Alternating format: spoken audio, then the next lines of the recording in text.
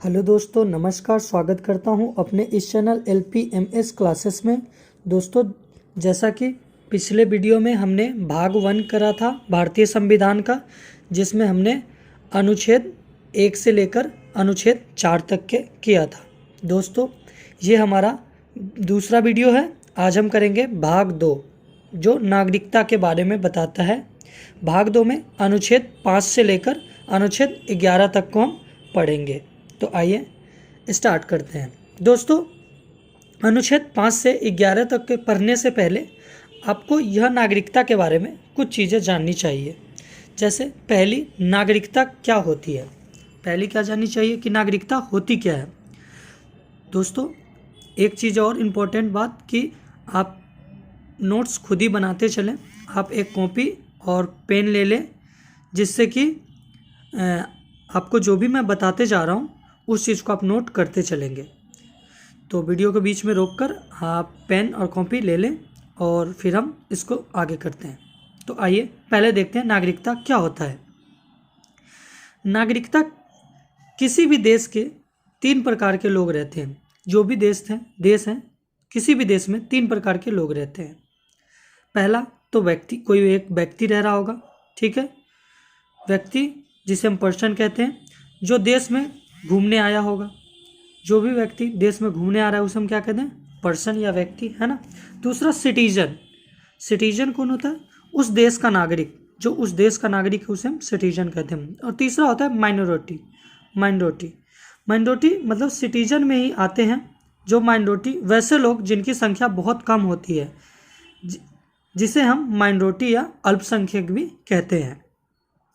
अब देखिए, अल्पसंख्यक जो अल्पसंख्यक है, ये हमारे यहाँ 2 प्रकार के होते हैं। जो अल्पसंख्यक है, कितने प्रकार के होते हैं? अल्पसंख्यक 2 प्रकार के होते हैं। पहला तो धर्म को मानने वाले की कमी।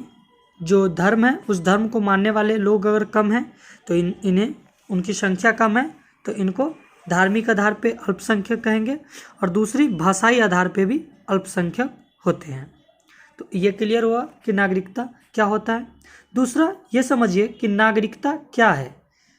नागरिकता क्या है? तो नागरिकता एक विशेष प्रकार का अधिकार है जो देश अपने यहाँ रह रहे लोगों को एक सर्टिफिकेट, प्रमाण पत्र के रूप में प्रदान करता है।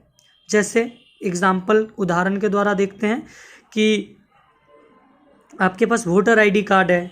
यह क्या है? नागरिकता का प्रमाण है कि हम भारत के नागरिक हैं, ठीक है। जैसे हम लोग विदेश में जाते हैं तो वहाँ नागरिकता क्या आता है? पासपोर्ट जो आपका है वही आपका नागरिकता बताता है, ठीक है। चलिए आगे देखते हैं। वह देश अपने नागरिकों को तरह तरह के अधिकार देता है। जैसे पहला, उसे कानूनी अधिकार प्राप्त है। दूसरा, उन्हें नौकरी का अधिकार प्राप्त है। और तीसरा, राजनीतिक अधिकार है। तो नागरिकों को इतने अधिकार प्राप्त होते हैं। कम से कम तो नागरिक को 3 अधिकार तो प्राप्त होते ही हैं, ठीक है। और एक मतलब नोट कर लीजिएगा स्टार लगा के कि अगर आप उस देश का नागरिक नहीं हैं तो आपको आइए, घूमिए फिरिए और जाइए, क्योंकि आपको 3 अधिकार नहीं मिलेंगे। ये जो 3 अधिकार जो मैंने आपको भी बताया है कि एक तो राजनीतिक अधिकार, दूसरा नौकरी का अधिकार और तीसरा कानूनी अधिकार, ये 3 अधिकार आपको नहीं दिया जाएगा अगर आप उस देश का नागरिक नहीं है तो, ठीक है। चलिए आगे बढ़ते हैं। नागरिकता को पहली बार वर्णन किसने किया था, ठीक है। तो ये भी जानना बहुत इम्पोर्टेंट है। तो नागरिकता को जो पहली बार वर्णन किए थे उनका नाम था अरस्तु। क्या नाम था? अरस्तु, ठीक है। तो अब इतना क्लियर हुआ। अब आप नागरिकता को आप समझ पाएंगे। तो अब हम भाग 2 में नागरिकता में जो 5 अनुच्छेद 5 से लेकर 11 तक करना है। तो पहला अनुच्छेद पहले 5 करते हैं, 1 बाय 1 करके 11 तक करेंगे। तो पहला अनुच्छेद 5 क्या कहता है कि संविधान के प्रारंभ से नागरिकता। ये किसकी बात करता है? अनुच्छेद 5 संविधान के प्रारंभ से नागरिकता की बात करता है। तो संविधान के प्रारंभ से नागरिकता का मतलब है कि 26 जनवरी 1950 को संविधान लागू हो गया था। तो उस दिन से ये नागरिकता कैसे प्रारंभ हुई उसके बारे में बात करते हैं। तो भारत में नागरिकता के लिए 3 शर्तें रखी गई। कितनी शर्तें रखी गई? 3 शर्तें रखी गई। इसमें से आप एक भी शर्त अगर पूरा कर देते हैं तो हम आपको मान लेंगे कि आप भारत के नागरिक हैं। ठीक है, ये कहा गया कि भाई आपको 3 शर्त दिया जा रहा है, अगर 3 शर्त में से आप एक भी शर्त को पूरा कर लेते हैं तो आपको हम मान लेंगे कि आप भारत के नागरिक हैं। पहला, उसका जन्म भारत में हुआ हो। पहली शर्त क्या है कि उसका जन्म भारत में हुआ हो। दूसरी शर्त, उसके माता पिता का जन्म भारत में हुआ हो। जैसे ये उन सैनिक के लिए बनाया जाता है, ये जो है उनके माता पिता का जो जन्म हुआ हो वो भारत में हुआ हो, ये उन सैनिकों के लिए बनाया गया था। ये दूसरी वाली शर्त है कि भारत से बाहर युद्ध लड़ रहे थे, क्योंकि हमारे यहाँ उस समय आज़ादी की लड़ाई 1947 में चल रही थी, तो अंग्रेज़ों का मुकाबला करने के लिए विदेश गए थे कुछ सैनिक। जैसे कनाडा में आंदोलन चलाया जा रहा था, सैन फ्रांसिस्को में लाला हरदयाल ने भी गदर पार्टी की स्थापना की थी, आंदोलन वहाँ पे भी चलाया जा रहा था। हमारे यहाँ बहुत से क्रांतिकारी विदेश में भी रहते थे, उनके बच्चे भी वहीं रहते थे, तो उनको नागरिकता प्राप्त करने के लिए ये दूसरी शर्तें रखी गई। ठीक है, समझ में आया कि दूसरी शर्तें क्लियर। हम लोग को नागरिकता कैसे मिली है? पहली, जन्म के आधार पर, क्योंकि हमने जन्म ही यहीं लिया है। ठीक है, और तीसरी शर्तें क्या थी? संविधान लागू, मतलब संविधान लागू कब हुआ था? 26 जनवरी 1950 को। तो संविधान लागू से 5 साल पहले से ही भारत में रहता हो उसे नागरिक समझेंगे या नागरिकता प्रदान करेंगे।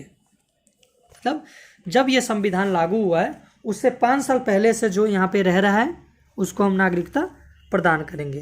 तो ये 3 शर्तें रखी गई थी। ठीक है, तीनों शर्तों के देख लिया। पहला, उसका जन्म भारत में हुआ हो। दूसरा, उसके माता या पिता का जन्म भारत में हुआ हो। और तीसरा, संविधान लागू से 5 साल पहले ही भारत में रहता हो उसे नागरिकता दिया जाएगा। अब ये जो तीसरा था, एग्जाम्पल ये तीसरा का देखते हैं कि 5 साल पहले, तो इसमें क्या था? Annie Besant. एनी बेसेंट को आप लोग तो जानते ही होंगे। तो एनी बेसेंट वह आयरलैंड की थी, मगर वह भारत में बहुत कार्य किया और साथ ही उसका स्वतंत्रता में भी बहुत योगदान था, तो उनको नागरिकता मिला। किसके आधार पे? ये तीसरे नंबर के आधार पे। तीसरे नंबर का जो ये शर्तें दी गई थी, तीसरी शर्ती के आधार पे। क्यों? क्योंकि जब हमारा संविधान लागू हुआ उनसे 5 साल पहले से ही ये हमारे यहाँ थी, तो इनको इस द्वारा नागरिकता प्रदान किया गया। तो अनुच्छेद आपको समझ में आया 5। अनुच्छेद अब 6 देखते हैं। अनुच्छेद 6 क्या कहता है? पाकिस्तान से भारत को प्रवचन करने वाले कुछ व्यक्तियों के नागरिकता के अधिकार। ठीक है, ये तो देखिए, ये जो आपने वेरिट्स वगैरह लिए होंगे उसमें इस लैंग्वेज का प्रयोग किया गया है, मगर इसको हम सिंपल भाषा में समझने की कोशिश करते हैं। देखिए, अनुच्छेद 6 क्या कहता है आपको? पाकिस्तान से भारत आए लोगों की नागरिकता देने की बात करता है। क्या चीज़ की बात करता है? पाकिस्तान से भारत आए लोगों को नागरिकता देने की बात करता है। देखिए, अनुच्छेद 6 को बनाने का यह कारण था कि जब देश को 2 टुकड़ों में बांटा गया तो मारकाट मचने लगी, जिससे बहुत से लोग पाकिस्तान से भारत आए थे।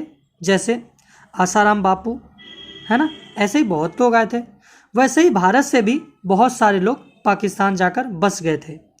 तो इसमें बहुत सारे मारकाट होने लगा और अराजकता फैल गई। तो इसको देखते हुए भारत सरकार आज़ादी के 1 साल बाद 1948 में 19 जुलाई 1948 में एक रूल लागू किया जिसे हम परमिट नियम कहते हैं। कौन सा रूल लागू किया गया था? परमिट नियम। ठीक है, तो परमिट नियम का मतलब क्या है? ये परमिट नियम क्या था इसको समझिए। अगर आप भारत से पाकिस्तान जा रहे हैं, आ रहे हैं, ठीक है, आप भारत से पाकिस्तान जा रहे हैं, ठीक है, तो परमिट लेकर जाइए कि अब आप भारत छोड़कर जा रहे हैं। अब कोई पाकिस्तान से भारत आ रहे हैं तो वहाँ से जो ऑफिसर बैठे हैं उनसे परमिट लिखवा कर आना पड़ेगा कि हम पाकिस्तान छोड़कर जा रहे हैं। ठीक है, यह अनुच्छेद 6 यही परमिट नियम पर आधारित है। ठीक है, तो अनुच्छेद यही परमिट नियम पर आधारित है। तो ये समझ में आया होगा आपको।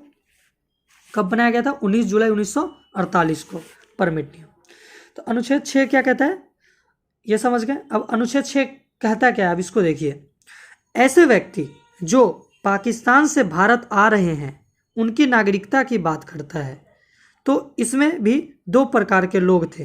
कुछ लोग ऐसे थे जो 19 जुलाई 1948 परमिट नियम लगने से पहले आ गए थे, तो उनको भारत का नागरिकता मिलेगा।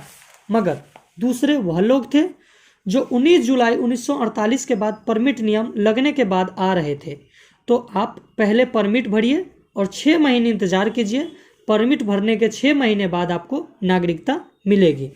ठीक है, तो अनुच्छेद 6 भी आपको क्लियर हो गया होगा। ठीक है, चलिए अनुच्छेद 7 देखते हैं। अनुच्छेद 7 क्या कहता है? भारत से पाकिस्तान गए लोगों की नागरिकता की बात करता है। ये क्या कहता है कि जो भारत से, पहले 6 क्या बात करता था कि पाकिस्तान से जो भारत आए हैं उसके नागरिकता की बात किया। अनुच्छेद 7 क्या कहता है? अब भाई जो भारत से पाकिस्तान गए लोग हैं उनकी नागरिकता की बात करता है। अच्छा, इसमें क्या कहता है? इस अनुच्छेद को बनाने की जरूरत क्यों पड़ी, पहले ये देखते हैं। ठीक है, जब भारत और पाकिस्तान के बीच बंटवारा की बात हो गई थी तब कुछ लोग भारत छोड़कर पाकिस्तान चले गए। जब भारत पाकिस्तान में बंटवारा हुई तो कुछ लोग भारत छोड़कर पाकिस्तान चले गए थे। उन लोगों की नागरिकता की बात की गई है अनुच्छेद 7 में। ठीक है, क्या कही गई है कि 1 मार्च 1947 के बाद पाकिस्तान गए जो भी लोग 1 मार्च 1947 के बाद पाकिस्तान गए वापस आ गए तो 6 महीने का रजिस्ट्रेशन भरना होगा, तब आपको भी नागरिकता मिल जाएगी। मतलब जो भी व्यक्ति जो हिंदुस्तान छोड़ के पाकिस्तान चला गया था 1 मार्च 1947 से, डेट याद रखिएगा, 1 मार्च 1947, ठीक है, को पाकिस्तान चला गया था, किंतु वो वापस आ रहा है कहाँ? हिंदुस्तान में। क्यों? क्योंकि पाकिस्तान वालों ने अपनी औकात दिखा दी, तो भाई उनको वापस आ रहे हैं हिंदुस्तान, तो उनको 6 महीने का रजिस्ट्रेशन भरना पड़ेगा, उनके बाद उनको नागरिकता दी जाएगी। तो अनुच्छेद 7 भी आपको क्लियर हो गया होगा। चलिए अब देखते हैं अनुच्छेद 8। ये क्या कहता है? भारत के बाहर रहने वाले भारतीय उद्भव के कुछ व्यक्तियों की नागरिकता के अधिकार के बारे में बात करता है। आइए इसको अपने भाषा में समझने की कोशिश करते हैं। अनुच्छेद 8 क्या कहता है? भारत के बाहर रह रहा बच्चा भारत का नागरिक होगा यदि माता पिता भारतीय हो। यदि माता पिता भारतीय हो, जैसे डॉक्टर, इंजीनियर, जो बिजनेसमैन है, राजदूत हो गए विदेश में, जो अब उनका बच्चा वहाँ जन्म हुआ तो उनको नागरिकता देने के लिए अनुच्छेद 8 बनाया गया था। ठीक है, जैसे कुछ लोग वहाँ पे जब हमारे यहाँ अंग्रेज का मतलब वो हो रहा था, मतलब हम लोग विरोध कर रहे थे, तो कुछ लोग उनके विरोध करने के लिए विदेश में भी आंदोलन चला रहे थे। उनके बच्चे डॉक्टर, इंजीनियर जो वहाँ पे हैं, काम कर रहे हैं, तो क्या उनके बच्चे वहाँ होंगे तो उनको नागरिकता भारत का नहीं दिया जाएगा? दिया जाएगा। किसके आधार पे? उनके माता पिता के आधार पे। ठीक है, ये जो है विशेष रूप में अनुच्छेद 8 को बनाने का यह मतलब था कि वैसे स्वतंत्रता सेनानी जो विदेश में आंदोलन चला रहे थे उनका परिवार भी उनके साथ था, तो उनको बच्चे को नागरिकता प्रदान अनुच्छेद 8 के द्वारा प्रदान किया गया। किसके द्वारा उनको नागरिकता उनके बच्चों को दिया गया? अनुच्छेद 8 के द्वारा। ठीक है, आगे देखते हैं अनुच्छेद 9। अनुच्छेद 9 क्या कहता है? विदेश राज्य की नागरिकता शिक्षा से अर्जित करने वाले व्यक्तियों का नागरिकता का होना। ठीक है, क्या कहते हैं? तो इसको हम अब देखते हैं क्या कह रहा है। ये विदेश राज्य की नागरिकता स्वेच्छा, शिक्षा गलत लिखा गया दोस्तों, विदेश राज्य की नागरिकता स्वेच्छा से अर्जित करने वाले व्यक्तियों का नागरिकता का अधिकार। ठीक है, तो ये क्या कह रहा है कि विदेशी नागरिकता लेने पर भारत की नागरिकता को समाप्त कर दिया जाएगा। अनुच्छेद 9 क्या कहता है कि आप विदेश का नागरिक, आप भारत के नागरिक हैं, आप विदेश घूमने जाते हैं, आप वहाँ का जैसे ही नागरिकता ग्रहण करेंगे तो आपकी भारत की नागरिकता अपने आप खत्म हो जाएगी। ठीक है, एग्जाम्पल दो देखते हैं। जैसे कि आप भारत गए, मानिए कि आप भारत से अमेरिका गए, ठीक है, घूमने, और वहाँ की कोई लेडीज़ आपको पसंद आ गई और आप उससे शादी कर लेते हैं, तो अमेरिका के नागरिक ग्रहण कर लिए, आपको वहाँ का ग्रीन कार्ड मिल जाएगा, आप वहाँ के नागरिक हो जाएंगे। अब जैसे ही वहाँ के नागरिक हुए वैसे ही आपको भारत की नागरिकता समाप्त हो जाएगी। तो ये अनुच्छेद 9 भी क्लियर हो गया। अनुच्छेद 10 देखते हैं, ये क्या कहता है? ये कहता है कि नागरिकता के अधिकारों का बना रहना, ठीक है, कहता है कि नागरिकता का बना रहना जब तक कि कोई अन्यथा कार्य न किया हो, जब तक कुछ आप ऐसे काम न करें तब तक आपका नागरिकता बना रहेगा। एग्जाम्पल देखते हैं इसका। आप किसी भी व्यक्ति का नागरिकता जब तक खत्म नहीं कर सकते जब तक वह कोई अपने देश के खिलाफ देश विरोधी कार्य न करे। जैसे मान लीजिए कि इंडिया और पाकिस्तान में युद्ध हो गया और आप मतलब पाकिस्तान के फेवर में बोल रहे हैं, तो आपका नागरिकता खत्म कर दिया जाएगा। क्यों? क्योंकि आप देश विरोधी काम कर रहे हैं ना, तो ये गलत है, ठीक है।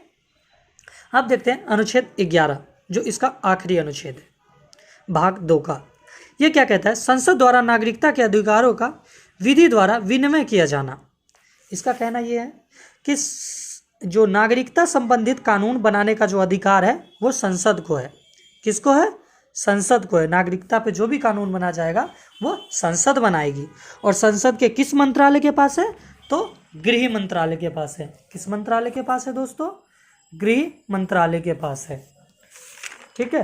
तो आपसे अगर पूछेगा भाग 1 में किसकी बात की, भाग 2 में किसकी बात की गई है, तो नागरिकता की बात की गई है। अनुच्छेद 5 से 11 तक भाग 2 में बात की गई है। 5 क्या कहता है?